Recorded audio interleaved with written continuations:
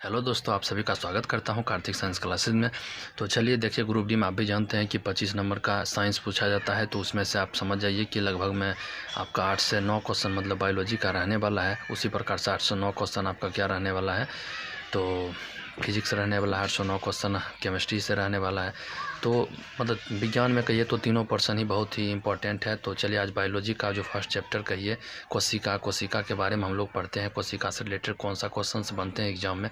और ये जो आपको हम करवा रहे हैं ये सभी ग्रुप डी या फिर एनटीपीसी या फिर कहिए कि अदर रेलवे के जितने भी एग्ज़ाम हुए हैं हाल फिलहाल में, जैसे कि 2018-16 इन सभी 2016 में या फिर 2018 में, इन सभी को मतलब इन सभी में जो क्वेश्चंस पूछे गए थे उन सभी क्वेश्चंस को लिया गया है। तो चलिए मतलब चल करके देखते हैं। जैसे कि आप सबसे फर्स्ट क्वेश्चन देखिए कि यहाँ पर लिखा हुआ है कि डीएनए में होते हैं। डीएनए में क्या होते हैं, तो ये सबसे पहले आपको जानना है। तो डीएनए में देखिए डी नंबर ऑप्शन है कि न्यूक्लियोटाइड्स होते हैं। तो अगर आपसे क्वेश्चन पूछा जाता है कि डीएनए में क्या होता है, देखिए आपको क्वेश्चन से रूबरू करवाना चाहते हैं कि जो भी प्रीवियस ईयर्स क्वेश्चंस हैं मतलब वो किस प्रकार के पूछे गए हैं। तो उन सभी क्वेश्चंस को आप देखिए, एक एक बार भी अगर आप एक झलक भी देख लेते हैं तो आपको याद हो जाएगा। तो देखिए डीएनए में क्या होते हैं, तो न्यूक्लियोटाइड्स होते हैं। डीएनए के बारे में और भी आप जैसे बहुत कुछ पढ़ सकते हैं यहाँ से कि डीएनए 2 पॉलीन्यूक्लियोटाइड के बने होते हैं। प्रत्येक न्यूक्लियोटाइड में एक न्यूक्लियोटाइड होते हैं। न्यूक्लियोटाइड नाइट्रोजीनियस बेस का बना होता है जिसमें प्यूरिन और पिरामिडीन होते हैं। तो आपसे ये भी पूछा जा सकता है कि न्यूक्लियोटाइड जो होता है वह किसका बना होता है, तो नाइट्रोजनस बेस का बना होता है। प्यूरिन में एडिनिन एवं ग्यूनिन तथा पिरामिडीन में साइटोसिनिन और थायमिन होते हैं। तो प्यूरिन में क्या होते हैं, एडिनिन एवं ग्वानिन होते हैं। लेकिन पिरामिडीन की अगर बात किया जाए तो साइटोसिन तथा थायमिन होते हैं। एमिनो एसिड की अगर बात किया जाए तो 20 प्रकार के अमीनो एसिड होते हैं। कहा जाता है कि 20 प्रकार के अमीनो एसिड मिल करके एक प्रोटीन का निर्माण करता है। अधिकतर 300 या उससे ज़्यादा अमीनो एसिड्स प्रोटीन के एक अणु में होते हैं। मतलब प्रोटीन के एक अणु में 300 या उससे ज़्यादा मतलब क्या होते हैं, अमीनो एसिड होते हैं। प्रोटीन को बॉडी बिल्डिंग मटेरियल भी कहते हैं। तो यह भी बात याद रखिए कि प्रोटीन को हम क्या कहते हैं, बॉडी बिल्डिंग मटेरियल भी कहते हैं।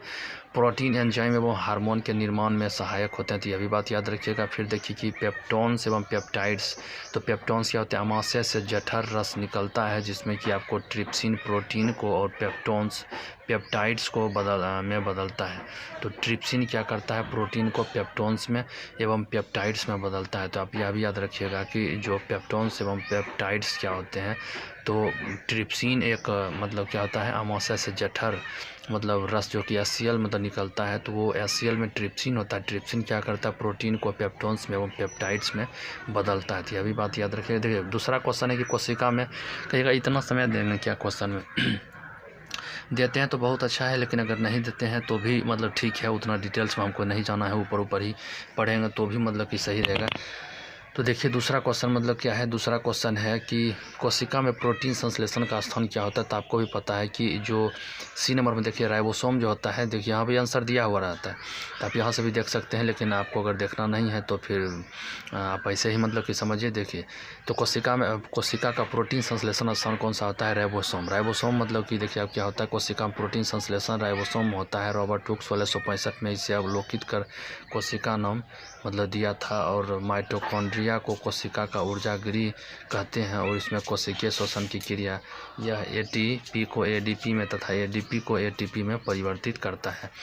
तो आप देखिए माइटोकॉन्ड्रिया को कोशिका मतलब गृह कहते हैं। मतलब होता क्या है कि जो शोषण जो होता है ना, शोषण जो होता है कोशिका में किस जगह पर होता है, तो वो माइटोकॉन्ड्रिया एक कोशिकांग होता है तो उसी में होता है। और राइबोसोम की अगर बात किया जाए तो वह प्रोटीन का संश्लेषण करता है, वहाँ से प्रोटीन निकलता है।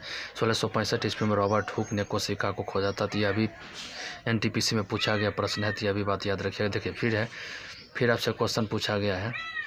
फिर आपसे क्वेश्चन पूछा गया कि निम्नलिखित में से वास्तविक केंद्रक नहीं पाया जाता है। तो वास्तविक केंद्रक मतलब किसमें नहीं पाया जाएगा, तो आप भी जानते हैं कि ये हरा शैवाल, लाइकेन, कवक, जीवाणु। तो वास्तविक मतलब जो केंद्रक होता है वह किसमें नहीं पाया जाएगा, तो जीवाणु डी नंबर है उसमें नहीं पाया जाता। तो यह बात याद रखिएगा। फिर देखिए कि नेक्स्ट क्वेश्चन की तरफ हम लोग बढ़ जाते हैं कि सबसे लंबा कोशा या कोशिका मतलब क्या होता है। तो सबसे लंबा कोशिका आप भी जानते हैं कि लंबा की अगर बात किया जाए तो तंत्रिका कोशिका हो जाएगा। और सबसे बड़ी कोशिका की अगर ऐसे बात किया जाए है सबसे लंबी, देखिए सबसे लंबी और सबसे बड़ी में क्या अंतर होता है। तो सबसे बड़ी कोशिका अगर आपसे पूछता है तो शुतुरमुर्ग का अंडा के बारे में आपको बताते हैं, शुतुरमुर्ग का अंडा सबसे बड़ा कोशिका होता है। लेकिन सबसे लंबी पूछ रहा है, लंबी और बड़ा में अंतर होता है। बड़ा का मतलब होता है कि लंबाई चौड़ाई दोनों सहित मतलब बड़ा होना चाहिए, मतलब, लेकिन लंबा का मतलब होता है कि जो लंबाई में बहुत बड़ा होना चाहिए। तो लंबाई में बहुत बड़ा तंत्रिका कोशिका और सबसे बड़ा कोशिका शुतुरमुर्ग का अंडा। तो यह भी बात याद रखिएगा। देखिए बहुत ही अच्छा क्वेश्चन है, ये सभी एग्जाम में पूछे गए क्वेश्चन से। फिर देखिए कि पाँचवा है कि राइबोसोम किसके बने होते हैं। तो आप भी जानते हैं कि राइबोसोम्स जो होते हैं कहता आरएनए एवं प्रोटीन के बने होते हैं। सी नंबर ऑप्शन हो जाएगा कि आरएनए प्लस में प्रोटीन का बना होता है। तो यह भी बात याद रखिएगा कि राइबोसोम्स किसका बना होता है, तो आरएनए प्लस प्रोटीन का बना होता है। कोशिका शब्द किसने दिया था, तो आप भी जानते हैं कि कोशिका शब्द, देखिए बी नंबर ऑप्शन है कि रॉबर्ट हुक ने कोशिका शब्द दिया था। तो यह भी बात याद रखिएगा कि कोशिका या सेल शब्द किसने दिया था, तो रॉबर्ट हुक ने दिया था। देखिए कहा जाता है कि अभी आप तुरंत पढ़े थे कि जो यहाँ पर पढ़े थे ना एक जगह, अभी तुरंत देखिए यहाँ पर आप क्या पढ़े थे कि 1665 में रॉबर्ट हुक ने इसको अवलोकित किया था, अवलोकित कर कोशिका नाम दिया था। देखिए यहीं पर लिखा हुआ था कि 1665 में ही मतलब क्या किया था कि इसको देखा था, अवलोकित किया था और फिर नाम दे दिया था, कोशिका नाम दे दिया था। लेकिन 1676 में एबी ल्यूवेनहॉक ने जीवाणु का खोज किया। तो ये भी बात याद रखिएगा, कभी कभी क्वेश्चन पूछा जाता है कि जीवाणु का खोज कौन किया था। तो जीवाणु का खोज रॉबर्ट ल्यूवेनहॉक ने किया था, और ल्यूवेनहॉक ने कब किया था, तो 1676 ईस्वी में किया था। रॉबर्ट ब्राउन के बारे में कहा जाता है कि केंद्रक की खोज किया था। तो यह भी बात याद रखिएगा।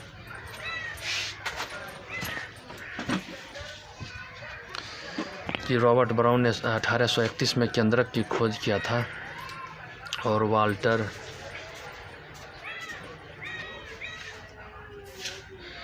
तो देखिए यहाँ पर मतलब कि क्या था कि कोशिका शब्द किसने दिया था। तो आपको मालूम हो जाना चाहिए कि रॉबर्ट हुक ने कोशिका शब्द 1665 में ही दे दिया था। 1676 में ल्यूवेनहॉक ने जीवाणु कोशिका की खोज किया था। फिर देखिए 1831 में केंद्रक की खोज हुआ, रॉबर्ट ब्राउन ने केंद्रक का खोज किया और वाल्टर फ्लेमिंग ने 1879 ईस्वी में माइटोसिस डिवीज़न पर पता लगाया। तो यह भी पूछा जाता है कि वाल्टर फ्लेमिंग ने माइटोसिस मतलब डिवीज़न के बारे में। तो ये देख माइटोसिस डिवीज़न क्या होता है, तो आप कोशिका विभाजन पढ़े होंगे, उसमें एक सिद्धांत है माइटोसिस डिवीज़न और मतलब दो प्रकार समसूत्री विभाजन, इस प्रकार से आप पढ़ते होंगे। अलेक्जेंडर फ्लेमिंग ने पेनिसिलिन का खोज 1928 में किया था। तो यह भी बात याद रखिएगा कि पेनिसिलिन आपको पता होना चाहिए कि प्रथम प्रतिजैविक है जिसका खोज फ्लेमिंग ने किया था, अलेक्जेंडर फ्लेमिंग ने किया था। तभी आप बात याद रख सकते हैं कि प्रथम प्रतिजैविक का खोज किसने किया था, तो अलेक्जेंडर फ्लेमिंग ने। और कब किया था, तो 1928 ईस्वी में किया था। देखिए अब 7वां क्वेश्चन है कि लाइसोसोम को आत्महत्या का थैला कहते हैं क्योंकि उसमें मतलब क्या होता है, किस कारण से आत्महत्या का थैला कहा जाता है। तो मतलब इसको सुसाइडल बैग भी कहा जाता है। मतलब क्या होता है कि इसमें मतलब कहा जाता है कि परजीवी क्रियाएं, भोज, रिक्तता, अपचयी एंजाइम्स। तो ये नंबर है कि जल अपघटक एंजाइम्स, हाइड्रोलिटिक एंजाइम्स पाए जाते हैं। तो आत्महत्या थैली, देखिए यही क्वेश्चन अगर आपसे एग्जाम में पूछ लिया जाता तो आप ऑप्शन देख करके भी शायद टिक नहीं मार सकते थे। बहुतों आदमी को पता है कि लाइसोसोम को आत्महत्या का थैली कहा जाता है, लेकिन ये पता नहीं कि किस कारण से। देखिए ये नंबर ऑप्शन है कि जल अपघटक एंजाइम के कारण से। तो यह बात आप याद रखिएगा। फिर देखिए कोशिका को पावर हाउस मतलब कौन सा है, तो आपको ऊपर ही बताए थे कि माइटोकॉन्ड्रिया को पावर हाउस कहते हैं। यह भी बात याद रखिएगा कि माइटोकॉन्ड्रिया को क्या कहते हैं, पावर हाउस कहते हैं। पावर हाउस मतलब जहाँ पर क्या होता है, ऊर्जा का निर्माण होता है, यह भी बात आप याद रखिएगा।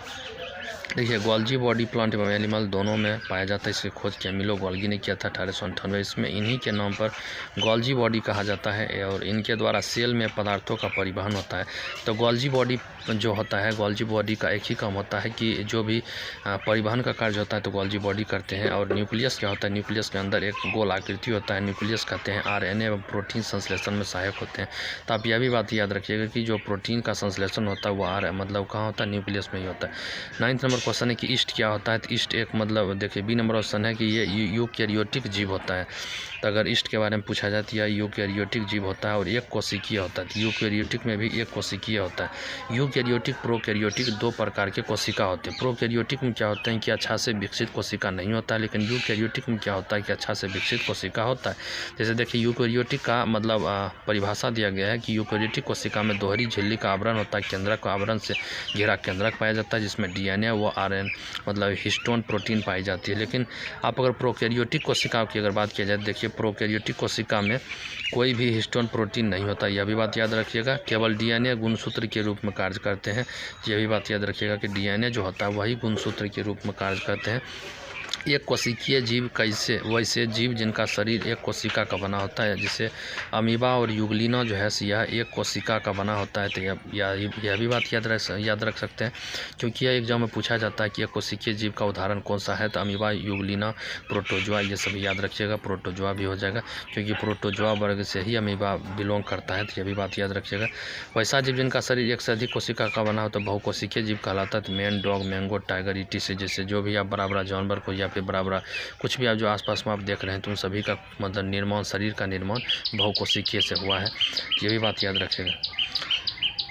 देखिए फिर कहता है 10वां नंबर क्वेश्चन है कि सभी कवक सदैव क्या होते हैं। सभी कवक जो होते हैं सदैव मतलब क्या होते हैं, ये मतलब डी नंबर है कि मृतोपजीवी सेप्रोफाइट्स होते हैं। मतलब मृतोपजीवी क्या मतलब होता है कि जो मृत जो पदार्थ होते हैं या मृत जो जीव होते हैं उन्हीं के मतलब ये क्या होते हैं, उन्हीं पर यह आश्रित होकर के अपना भोजन ग्रहण करते हैं।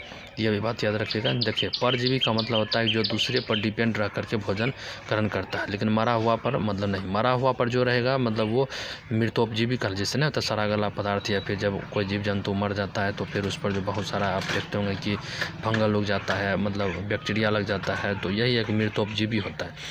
देखिए मृतोपजीवी कहते हैं सभी कवक अधिकतर मृतोपजीवी होते हैं, स्वपोषी भी होते हैं, लेकिन वैसे जीव जो अपना भोजन स्वयं बनाते हैं जिसमें प्रकाश संश्लेषण की क्रिया होती है, जैसे हरे पेड़ पौधे जो होते हैं वह स्वपोषी कहलाते हैं।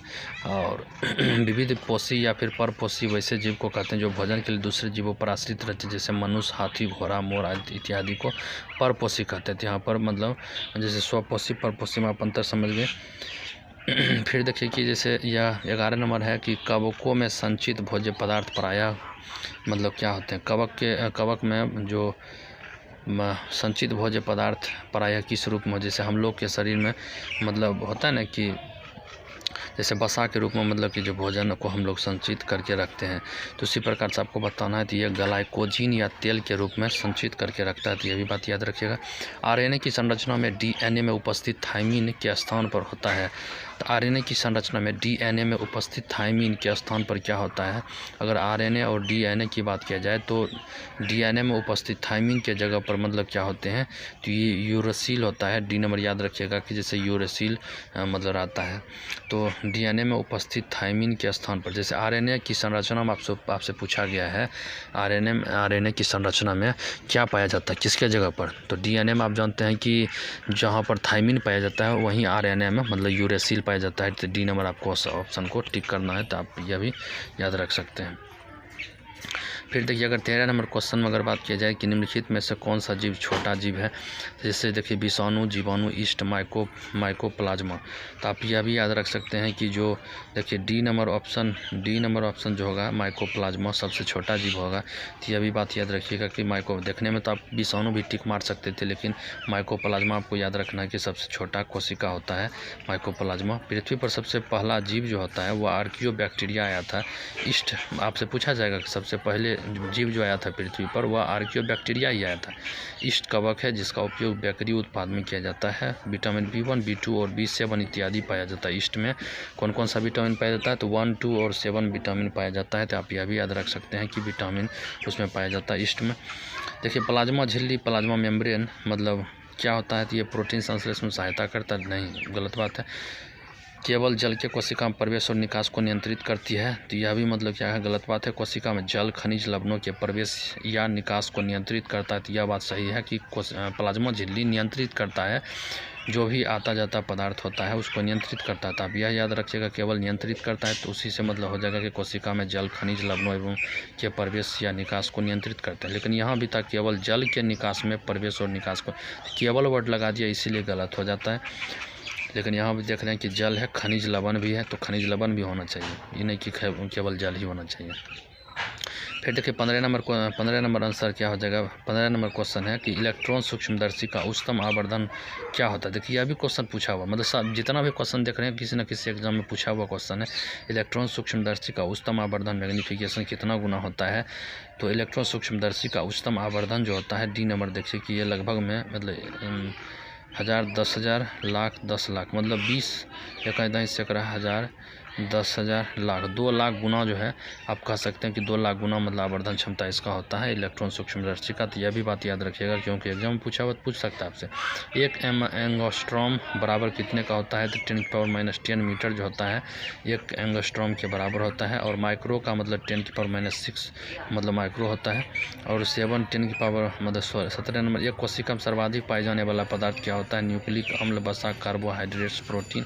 तो एक कोशिका में सर्वाधिक पाए जाने वाला पदार्थ कौन सा होता है। तो एक कोशिका में सर्वाधिक पाए जाने वाला जो पदार्थ होता है, किसी कोशिका में सर्वाधिक पाए जाने वाला पदार्थ क्या, डी नंबर में प्रोटीन दे रहा है। तो प्रोटीन आप याद रख। देखिए हम मतलब बोले ना कन्फ्यूजन इतना हो जाएगा कुछ कहने पढ़े हुए हैं, लेकिन फिर भी अगर क्वेश्चन को एक बार अगर आप नहीं देखे हैं तो आपको मतलब बहुत ज़्यादा दिक्कत हो जाएगा। तो इसीलिए इसी सब मतलब प्रीवियस ईयर से ही क्वेश्चन पूछा जाता है। आप इतना बिलीव करके रखिए और इसी को पढ़िए।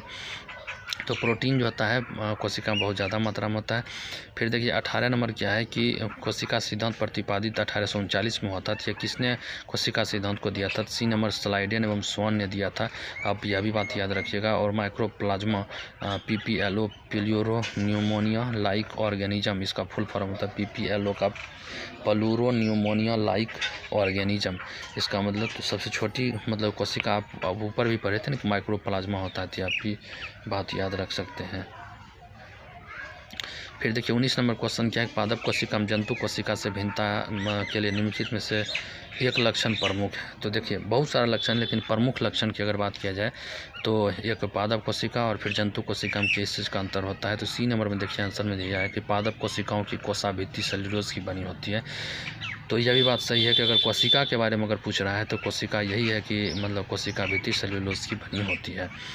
तो यही है। और लेकिन बहुत लोग जैसे कि यह भी मार सकते थे सभी पादप कोशिकाओं में क्लोरोफिल होता है। तो यह बात मतलब कि गलत है।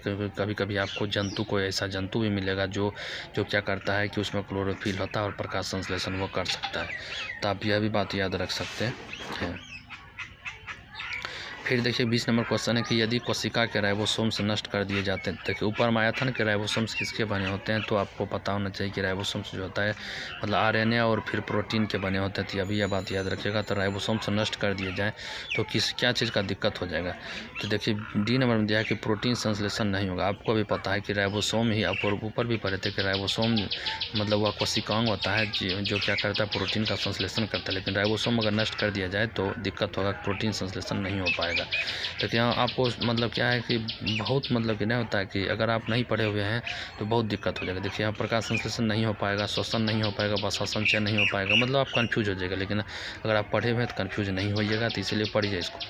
फिर देखिए किस नंबर है कि न्यूक्लिक अम्ल किस में मतलब होता है। तो न्यूक्लिक जो एसिड या फिर अम्ल होते हैं वह कहता है केंद्रक कोशिका द्रव, केंद्रक कोशिका द्रव, केंद्रक राइबोसोम की ये सी नंबर दिया है केंद्रक और कोशिका द्रव और फिर केंद्रक में न्यूक्लिक अम्ल होता है। तो आप ये बात याद रख सकते हैं। देखिए हम भी अगर आपके जगह पर रहते तो केंद्रक मार रहे थे क्योंकि हमको लगा केंद्र, लेकिन केंद्रक और कोशिका द्रव इसका आंसर होना चाहिए क्योंकि कोशिका द्रव में भी मतलब न्यूक्लिक एसिड पाया जाता है। RNA का मुख्य कार्य क्या होता है। तो RNA का जो मुख्य कार्य जो होता है वह क्या होता है कि इसका नाम ही होता है RNA का फुल फॉर्म होता है राइबो न्यूक्लिक एसिड। तो RNA का प्रमुख कार्य क्या होता है कि यह पाचन क्रिया में सहायता, प्रोटीन संश्लेषण में सहायता। तो बी नंबर याद रखें प्रोटीन संश्लेषण में सहायता करता है। और RNA में राइबोज शर्करा होता है, DNA प्रोटीन निर्माण के लिए मतलब आदेश देता है।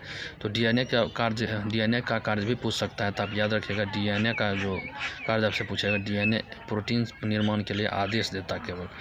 DNA का एक मूल मात्रक क्या होता है। तो DNA का जो मूल मात्रक होता है न्यूक्लियोटाइड्स जो होते हैं। सी नंबर ऑप्शन दिया है कि न्यूक्लियोटाइड्स। देखिए कितना का डिफरेंस है। आपको अगर थोड़ा सा अगर ध्यान अगर इधर उधर भटका तो न्यूक्लियोसाइड्स भी दिया हुआ है, न्यूक्लियोटाइड्स। तो टाइड्स वाला टाइड न्यूक्लियोटाइड आपको याद रखना है। तो न्यूक्लियोटाइड इसका मूल मात्रक होता है, DNA RNA न्यूक्लियोटाइड्स का बहुलक होता है, मतलब न्यूक्लियोटाइड्स का बहुलक होता है। तो DNA और RNA क्या है, एक प्रकार का बहुलक है। आप बहुलक पढ़ते हो जैसे पॉलीथीन क्या है कि मतलब यह भी एक बहुलक है, इथिलीन का बहुलक है।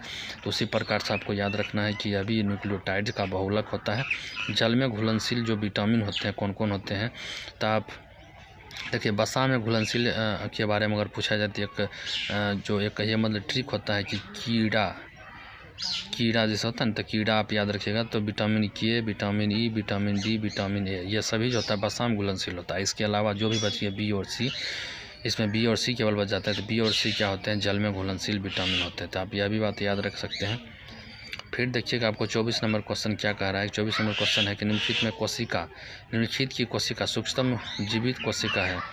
तो 24 में क्या है कि सूक्ष्मतम जीवित कोशिका कौन सा हो जाएगा, जो जीवित है, बैक्टीरियम, ब्रेड, मोल्ड, माइकोप्लाज्मा, तो वायरस। तो सी नंबर माइक्रोप्लाज्मा। देखिए कितना बार क्वेश्चन पूछा गया है, माइक्रोप्लाज्मा के बारे में बहुत बार क्वेश्चन पूछा गया था। यह भी बात याद रख सकते हैं। देखिए 25 नंबर क्वेश्चन है कि प्याज को छीलने या काटने पर आँखों में प्रभुत मात्रा में आंसू आने का कारण क्या होता है। तो कहता है प्याज की कोशिकाओं में विद्यमान गंधक होता है। तो बात सही है कि आप सल्फर के कारण से जानते हैं कि प्याज का गंध जो होता है वो तीखा होता है, या फिर आँख थोड़ा सा आँख से आंसू होने लगेगा तो गंधक के कारण से ऐसा होता है। प्याज में एलाइल प्रोपाइल डाइसल्फाइड नामक पदार्थ पाया जाता है, जिसके कारण एक विशेष प्रकार की गंध होती है। प्याज में SO2 गैस होता है जो जल में घुलकर H2SO4 बनाता है। प्याज काटने पर यह आँख में पड़ता है, तब आँख से आंसू निकलने लगता है। देखिए H2SO4 जब बन जाता है तो आप देखिए कितना खतरनाक होता है H2SO4, जिसको कि सल्फ्यूरिक एसिड कहते हैं। तो आपको मालूम ही होगा। देखिए 26 नंबर क्वेश्चन है कि कोशिका में भोजन या ग्लूकोज का ऑक्सीकरण कहाँ होता है। तो कोशिका में भोजन या फिर ग्लूकोज का जो ऑक्सीकरण, आपको पता है कि जो भी ऑक्सीकरण का मतलब क्या होता है, श्वसन आप जानते हैं कि एक ऑक्सीकरण प्रक्रिया होता है। तो यह माइटोकॉन्ड्रिया में होता है। तो माइटोकॉन्ड्रिया कोशिका में भोजन या ग्लूकोज का ऑक्सीकरण होता है। फिर देखिए कि क्रियाओं पर नियंत्रण रखता है, इसे ब्रेन ऑफ सेल कहते हैं। देखिए केंद्रक को हम क्या कहते हैं, ब्रेन ऑफ सेल कहते हैं। तो आप यह भी याद रख सकते हैं कि सेल का जो ब्रेन होता है वह केंद्रक होता है। केंद्रक के अंदर केंद्रिका पाया जाता है जो RNA व प्रोटीन के संश्लेषण में सहायक होता है। केंद्रिका का कार्य क्या है कि RNA और फिर प्रोटीन संश्लेषण में मदद करता है। 27 नंबर क्वेश्चन देखिए आपसे पूछा गया है एग्जाम में, ये कोशिका गतिविधियाँ नियंत्रित की जाती है। कोशिका की गतिविधियाँ किसके द्वारा नियंत्रित की जाती है, तो न्यूक्लियस के द्वारा यह नियंत्रित की जाती है। क्योंकि अभी तुरंत ऊपर में पढ़े थे कि ब्रेन ऑफ सेल मतलब किसको कहा जाता है, हम लोग का भी जो शरीर होता है, ब्रेन का काम क्या होता है, बॉडी को नियंत्रित करना। तो कोशिका को नियंत्रित कौन करता है, केंद्रक करता है। क्योंकि अभी ऊपर पढ़े थे कि ब्रेन ऑफ सेल केंद्रक को कहा जाता है। देखिए 28 नंबर क्वेश्चन, वनस्पति कोशिका तथा प्राणी कोशिका का अंतर किसकी उपस्थिति से स्पष्ट होता है। तो जो वनस्पति कोशिका तथा प्राणी कोशिका का अंतर होता है वो किसकी उपस्थिति से स्पष्ट होता है। तो आप जानते हैं कोशिका भित्ति के कारण से, मतलब आप ऊपर पढ़े थे ना कि प्रमुख लक्षण क्या होता है जंतु कोशिका और पादप कोशिका में अंतर समझाने के लिए। तो कोशिका भित्ति पढ़े थे, तो वही कोशिका भित्ति इसमें भी आंसर हो जाएगा कि कोशिका भित्ति क्या होता है कि मतलब अंतर स्पष्ट करने के लिए काफ़ी होता है। फिर देखिए कि आप आ जाइए 29 नंबर क्वेश्चन, निम्नलिखित में से कौन सी संरचना प्रोकैरियोटिक कोशिका में नहीं पाई जाती है। तो प्रोकैरियोटिक कोशिका में कौन सी नहीं पाई जाती है, तो केंद्रक झिल्ली। आपको पता होना चाहिए कि किसी भी प्रकार का झिल्ली नहीं पाया जाता है, तो केंद्रक झिल्ली नहीं पाया जाएगा। तो सी नंबर ऑप्शन। देखिए यहाँ कोशिका झिल्ली भी दिया हुआ है। तो कोशिका झिल्ली होता है, लेकिन जो केंद्रक को बांधे हुए रखता है, तो केंद्रक को बांधे हुए रखने वाला झिल्ली नहीं होता है, वह कोशिका द्रव में ही घुला मिला होता है। तो यह भी बात याद रखिएगा। और कोशिका भित्ति भी दिया हुआ, तो यह कोशिका भित्ति मतलब गलत है, क्योंकि कोशिका भित्ति स्पष्ट करता है मतलब पादप और जंतु कोशिका में अंतर स्पष्ट करने के लिए। लेकिन केंद्रक झिल्ली को आप याद रखिएगा। प्रोकैरियोटिक कोशिका में 70S प्रकार का राइबोसोम पाए जाते हैं, जबकि यूकैरियोटिक कोशिका में 80S प्रकार के राइबोसोम पाए जाते हैं। अच्छा, हम लोग अगर पूछे जाएँ तो जैसे मनुष्य जो होता है वह किस प्रकार का, यूकैरियोटिक या फिर प्रोकैरियोटिक कोशिका होगा। तो आपको पता होना चाहिए कि यूकैरियोटिक कोशिका हो जाएगा, क्योंकि वेल डेवलप्ड कोशिका, हम लोग का जो शरीर में जो कोशिका पाया जाता है वह अच्छा से डेवलप्ड कोशिका होते हैं। उसमें सब चीज़ होता है, कोशिका झिल्ली होता है, कोशिका द्रव होता है, केंद्रक होता है, केंद्रक झिल्ली भी होता है, यह सब है। यहाँ भी देखिए कि यूकैरियोटिक कोशिका में केंद्रक तथा पूर्ण विकसित कोशिकाएं पाए जाते हैं, जबकि प्रोकैरियोटिक कोशिका में अपूर्ण विकसित अंग पाए जाते हैं, कोशिकाएं पाए जाते हैं। जैसे कि अच्छा से मतलब कि ना होता है, जब माइटोकॉन्ड्रिया विकसित नहीं होगा अच्छा से, मतलब कि जैसे राइबोसोम विकसित नहीं होगा, मतलब केंद्रक अच्छा से डेवलप नहीं होगा, तो ये सभी बात है। देखिए 30 मतलब नंबर क्वेश्चन है कि माइटोकॉन्ड्रिया का मुख्य कार्य क्या है कोशिका में। तो आप भी जानते हैं कि जो रेस्पिरेशन, डी नंबर ऑप्शन दिया है रेस्पिरेशन, तो वो हो जाएगा कि रेस्पिरेशन इसका कम हो जाएगा। और माइटोकॉन्ड्रिया की खोज अल्टमैन ने किया था, यह भी क्वेश्चन, यह भी पूछा हुआ क्वेश्चन है, तो यह भी बात याद रखिएगा। और इसको कोशिका का पावर हाउस कहते हैं, तो यह भी बात याद रख सकते हैं कि कोशिका का पावर हाउस कहते हैं। और यहाँ पर सभी खाद्य पदार्थों का ऑक्सीकरण होता है, तो यह भी बात याद रखिएगा। देखिए 31 नंबर क्वेश्चन है, खाद्य पदार्थों में अधिक मात्रा में नमक और चीनी डालकर उन्हें लंबे समय तक परिरक्षित किया जा सकता है।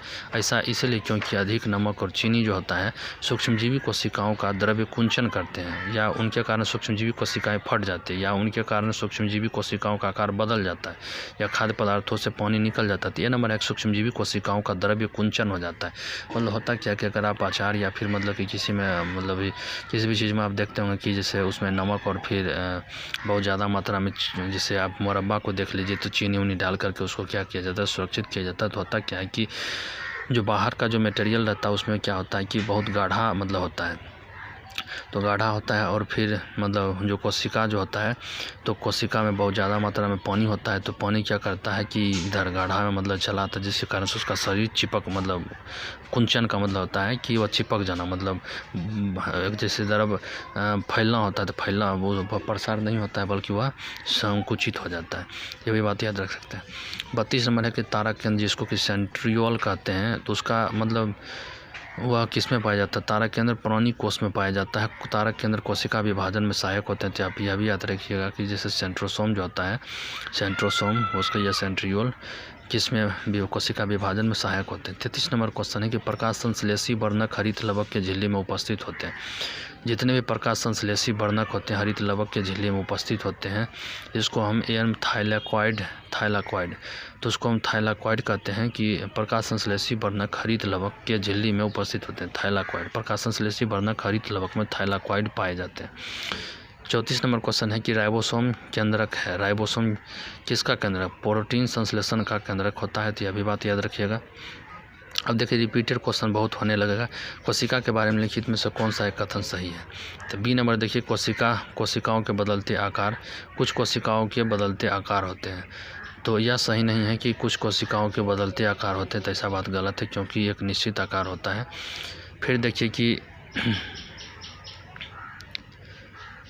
फिर देखिए इसमें आपसे क्वेश्चन जो पूछा गया कि जैव कोशिका का कौन सा भाग पावर हाउस कहलाता है। तो पावर हाउस माइटोकॉन्ड्रिया को कहते हैं। तो आपको याद रहना चाहिए, क्योंकि आप देखिए सब रिपीट हो रहा है क्वेश्चन।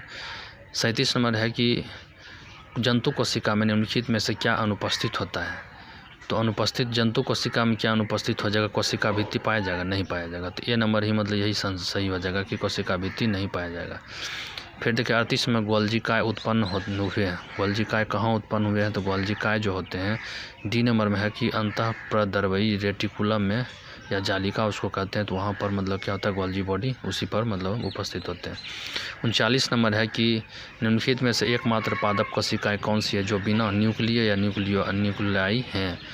तो कहा जाता है कि सी नंबर वाहिनी जो कोशिकाएँ होती हैं, वाहिनी कोशिका एकमात्र पादप कोशिका है जो बिना न्यूक्ली या न्यूक्लियाई के होते हैं, मतलब बिना न्यूक्लियस के होते हैं। जड़ के पतला धागे जैसा निकला होता है, जिसे मूल रोम कहते हैं।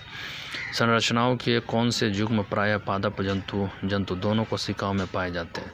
इसमें से कौन सी संरचना होती है जो जंतु और फिर पादप दोनों में पाई जाती है। तो देखिए अंतःप्रद्रवी जालिका और कोशिका कला, जिसको कि कोशिका भित्ति भी कहते हैं, तो वो कोशिका कला, कोशिका झिल्ली जिसको कहते हैं। तो अंतःप्रद्रवी जालिका और कोशिका झिल्ली देखिए ये जो है जंतु कोशिका में यही पाए जाते हैं, ये दोनों पाए जाते। लेकिन देखिए यहाँ आप छांट सकते थे कि बी नंबर ऑप्शन नहीं होगा, क्योंकि कोशिका भित्ति जंतु में नहीं होता है। फिर देखिए सी नंबर भी है कि कोशिका भित्ति, यह भी नहीं होगा। फिर देखिए न्यूक्लियस और क्लोरोप्लास्ट आप जानते हैं कि मतलब यह किस में होता है, पादप में ही होता है, क्योंकि प्रकाश संश्लेषण में सहायक होता है। ये जंतु में नहीं, तो ये नंबर ही था कि दोनों में पाया जाता है। 41 में देखिए क्या है कि निम्न में से किस शैवाल का प्रयोग अंतरिक्ष अनुसंधान में किया जाता है। तो आपको पता होना, देखिए पूछ लिया है कि ये क्वेश्चन शैवाल से है, शैवाल के प्रकार से है कि किसका उपयोग जो है अंतरिक्ष अनुसंधान में किया जाता है, तो ये क्लोरेला का उपयोग किया जाता है। ये मतलब भोजन में ऑक्सीजन के लिए क्लोरेला को अपने साथ ले जाता है। अंतरिक्ष यात्री जो होता है क्लोरेला को भोजन के लिए मतलब उसको ले जाते हैं, उसको वहाँ पर खाते हैं। 42 नंबर क्वेश्चन है कि पके हुए टमाटरों का लाल रंग किसके कारण से होता है, तो उसमें एक बी नंबर में कैरोटीनॉइड होता है, कैरोटीनॉइड जो कि लाइकोपीन जिसको कहते हैं। आप ज़्यादा लाइकोपीन को याद रखिए कि लाइकोपीन जो कि कैरोटीनॉइड होते हैं, उनके कारण पके हुए टमाटर का रंग लाल होता है। पर्णहरित प्रकाश संश्लेषण क्रिया में सहायक होता है। हार्मोन शरीर की विभिन्न क्रियाओं को नियंत्रित करता है, शरीर की वृद्धि एवं विकास में सहायक होते हैं। विटामिन की खोज 1912 में फंक के द्वारा किया गया था। तो यह भी बात याद रखिए कि विटामिन का खोज किसने किया था, फंक के द्वारा 1912 में किया गया था। और जीवाणु की खोज ल्यूवेनहॉक ने 1976 में किया था। तो यह भी बात याद रखिएगा।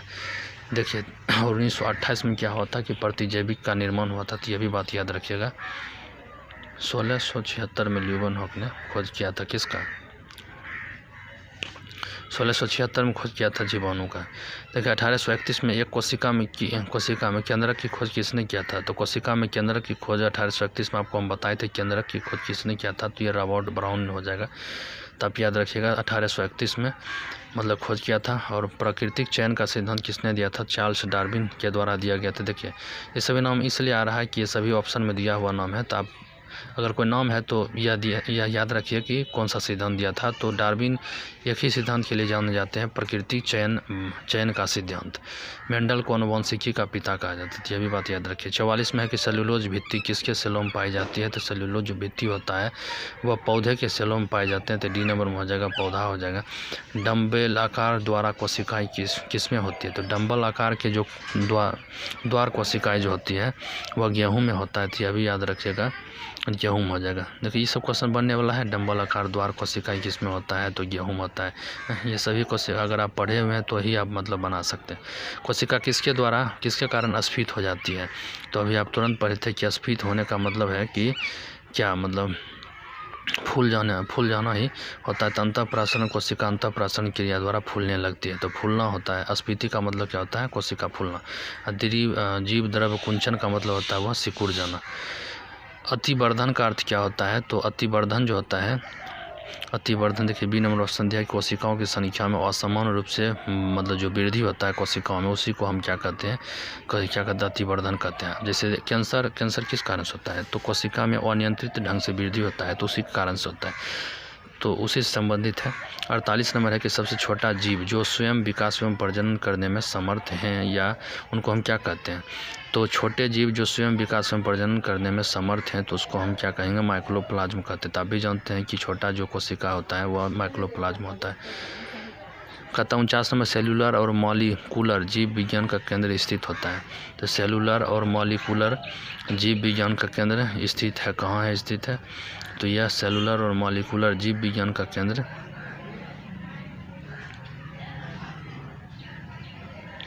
डी नंबर में है कि जैसे यह हैदराबाद में स्थित है। डी नंबर में क्या है, हैदराबाद में। 50 नंबर देखिए कि यह जीव विज्ञान जीवन की मूलभूत इकाई को क्या कहते हैं, तो कोशिका कहा जाता है। तो यह याद रखिएगा। कोशिका का खोज जो है रॉबर्ट हुक ने 1665 ईस्वी में किया था। दो प्रकार कोशिका होते हैं, प्रोकैरियोटिक यूकैरियोटिक। प्रत्येक जीव की उत्पत्ति एक कोशिका से होता है, यह भी बात याद रखिए। कोशिका सिद्धांत 1838 से 39 में दिया था स्लाइडेन और स्वान ने, यह भी आया था ऊपर क्वेश्चन। शुतुरमुर्ग के अंडा सबसे बड़ा कोशिका होता है, यह भी आया था। मानव शरीर में मौजूद निम्नलिखित कोशिकाओं में से किसमें माइटोकॉन्ड्रिया नहीं पाया जाता है, तो माइटोकॉन्ड्रिया अगर नहीं पाया जाता है तो वह मानव शरीर में मौजूद कोशिकाओं में से किसमें माइटोकॉन्ड्रिया नहीं पाया जाता है, तो ए नंबर ऑप्शन है। लाल रक्त कोशिका माइटोकॉन्ड्रिया नहीं पाया जाता है। अल्टमैन 1890 माइटोकॉन्ड्रिया खोज किया था। बेडा ने माइटोकॉन्ड्रिया का नाम दिया था। श्वसन स्थल मतलब कि जैसे है मतलब, और फिर डीएनए के केंद्र के अलावे माइटोकॉन्ड्रिया एवं हरित लवक में पाया जाता है। डीएनए अगर पूछा जाए कि कहाँ कहाँ पाया जाता है, तो डीएनए जो पाया जाता है केंद्रक और फिर मतलब माइटोकॉन्ड्रिया में पाया जाता है। अच्छा, ऊपर एक क्वेश्चन आया था कि डीएनए कहाँ कहाँ उपस्थित होता है, तो हम केंद्रक ही केवल मार रहे थे, लेकिन उसमें केंद्रक और कोशिका द्रव दोनों ही आंसर दिया था। अब देखिए यहाँ से स्पष्ट होता है, क्योंकि यहाँ लिखा हुआ है कि डीएनए केंद्रक के अलावा माइटोकॉन्ड्रिया एवं हरित लवक दोनों में उपस्थित होते हैं। हरित लवक में भी थोड़ा उपस्थित होता है, लेकिन ज़्यादा मात्रा में केंद्रक में उपस्थित होता है। लाइसोसोम को आत्मघात की थैली कहा जाता था, यह भी बात ऊपर पढ़े थे। राइबोसोम को प्रोटीन का फैक्ट्री कहा जाता था, यह भी बात ऊपर में पढ़े थे। 12वां नंबर है कि कंसंट्रेशन ग्रेडियंट के खिलाफ कोशिका की हलचल को क्या कहा जाता है? तो कंसंट्रेशन ग्रेडियंट के मतलब हलचल के कारण से उसको हम प्रासरण कहते हैं, उसको हम सक्रिय परिवहन कहते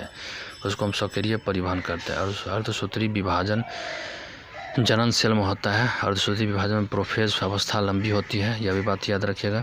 समसूत्री विभाजन कायिक सेल में होता है, इसकी प्रोफेज अवस्था छोटी होती है। क्रॉसिंग ओवर हमेशा नॉन एस्टर क्रोमेटिड के बने होते हैं। 13वां सबसे बड़ी मानव कोशिका कौन सी होती है? तो यह भी बात याद रखिएगा, डी नंबर में है।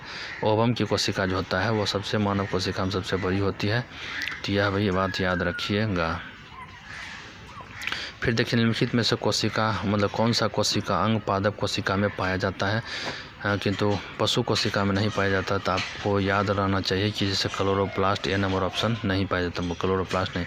कवक की कोशिका भित्ति किससे बनी होती है? तो कवक की कोशिका काइटिन की बनी होती है, बी नंबर ऑप्शन सही हो जाएगा।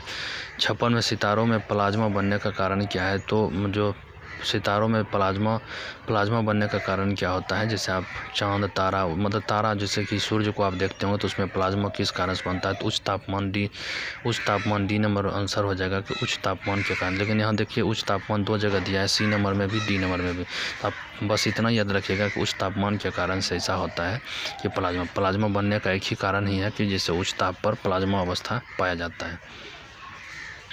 प्लाज्मा में 90% भाग क्या होता है? लगभग जल होता है। लेकिन एक देखिए यहाँ पर प्लाज्मा 2 चीज़ होता है, एक रक्त में भी जो प्लाज्मा पाया जाता है जिसमें कि 90% बोल रहा है कि प्लाज्मा में जल पाया जाता है, तो यह भी बात याद रखिएगा। देखिए 57 नंबर एक बहुकोशिकीय जीव है। एगेरिकस माइकोप्लाज्मा जानते हैं कि एक कोशिकीय जीव है। साइनोबैक्टीरिया भी एक कोशिकीय जीव, पैरामीशियम भी एक कोशिकीय जीव है, लेकिन एगरिकस बहुकोशिकीय जीव। देखिए ये सभी आप एक कोशिकीय जीव को याद रखिएगा। साइनोबैक्टीरिया हो जाएगा B number, paramecium D number और सी नंबर। ये 3 जो है एक कोशिकीय जीव है, लेकिन ए नंबर मतलब उसी से छट गया कि एगरिकस। हम जो कि नाम नहीं जानते थे कि एगरिकस क्या होता है, लेकिन फिर भी हम छांट ले। 3 ऑप्शन मतलब एक कोशिकीय था, लेकिन एक ऑप्शन बहुकोशिकीय। 58 नंबर में किस ऑर्गेनेल का कोशिका का मास्टर कहा जाता है? तो किस ऑर्गेनेल को कोशिका का मास्टर कहा जाता है? तब कोशिका का ब्रेन केंद्रक को कहा जाता है, लेकिन मास्टर किसको कहा जाता है? तो आप यह भी याद रखिएगा कि मास्टर जो कहा जाता है वह नाभिक कोशिका को कहा जाता है, नाभिक को, न्यूक्लियस को कहा जाता है। न्यूक्लियस खोज 1831 में ब्राउन ने किया था, यह भी बात याद रखिएगा। देखिए 59 नंबर निम्नलिखित में किस कोशिकाओं को कोशिका का प्रोटीन फैक्ट्री कहा जाता है? तो प्रोटीन फैक्ट्री आपको पता होना चाहिए, राइबोसोम को कहते हैं। फिर देखिए 60 नंबर डीएनए का एक खंड जो एक प्रोटीन की जानकारी प्रदान करता है। तो डीएनए का एक खंड जो एक प्रोटीन की जानकारी प्रदान करता है, एक प्रोटीन की जानकारी को प्रदान करता है, तो उसको हम क्या कहते हैं? सी नंबर में जीन कहते हैं। जीन जो होता है एक प्रोटीन के बारे में आपको बताता है। देखिए 61 नंबर में है कि मधुमक्खी के डंक का इलाज करने के लिए डैश के घोल का उपयोग करते हैं। यह देखिए परीक्षा में पूछा हुआ था क्वेश्चन एनटीपीसी में, तो बेकिंग सोडा मतलब हो जाएगा, इसमें क्या हो जाएगा? बेकिंग सोडा हो जाएगा। फिर देखिए कि डी नंबर तो यहाँ है ना baking soda, D number option हो जाएगा। बस इतना ही क्वेश्चन है, मतलब 68 नंबर तक क्वेश्चन है, तो यहीं तक करके छोड़ देते हैं। फिर देखिए कि आपसे पूछ लिया जाता है, देखिए यहाँ 62 नंबर क्वेश्चन है कि कॉर्क सेल में मौजूद एक रसायन है जो उनमें गैस और पानी के प्रवेश को रोकता है। तो पानी को रोकता है, सी नंबर। देखिए सुबेरिन जो होता है कॉर्क सेल में मौजूद एक रसायन होता है जो सुबेरिन मतलब पानी को रोकता है। प्रोटीन की जानकारी प्रदान करने वाले डीएनए के भाग को क्या कहा जाता है? तो प्रोटीन की जानकारी देने वाले डीएनए के भाग को हम जीन कहते हैं, डी नंबर। अभी तुरंत हम देखे थे कि प्रोटीन की जानकारी, ऊपर भी एक क्वेश्चन अभी तुरंत आया था। 64 नंबर है कि प्रोटीन संश्लेषण क्षार इवेंट से एक डैश का निर्माण होता है। तो डी नंबर देखिए कि mRNA का मतलब क्या होता है? प्रति निर्माण होता है। फिर देखिए इसमें 65 नंबर क्वेश्चन है कणों की गतिज ऊर्जा डैश में अधिकतम होती है। तो ए नंबर है कि प्लाज्मा आप जानते हैं कि उच्च तापमान पर पदार्थ की जो गति होता है बढ़ जाता है, तो यह भी बात याद रखिएगा। 66 नंबर डैश में पतली कोशिका वृत्ति के साथ अपेक्षाकृत अवशिष्ट कोशिकाएं होती हैं, तो बी नंबर हो जाएगा कि पैरेन्काइमा में पतली कोशिका वृत्ति के साथ अपेक्षाकृत अवशिष्ट कोशिकाएं होती हैं। तो आप याद रखिएगा पैरेन्काइमा। पादप कोशिका वृत्ति किससे बनी होती है, तो पादप कोशिका वृत्ति जो होता है वो सेलुलोज और पेक्टिन की बनी होती है, तो डी नंबर याद रखिएगा। 68 में है कि अस्थि कोशिकाएं हार्ड मैट्रिक्स में अंतः स्थापित होती है, जो बना होता है किसका, तो बी नंबर है कैल्शियम और फिर पी से फॉस्फोरस का बना होता है, तो यह भी बात याद रखिएगा। तो इतना ही तक रहने दें क्योंकि आप 68 तक ही, इसके बाद आगे कोशिका विभाजन है, तो कोशिका विभाजन को भी आपको अगला मतलब जो भी लेक्चर होगा तो उसमें बताएंगे।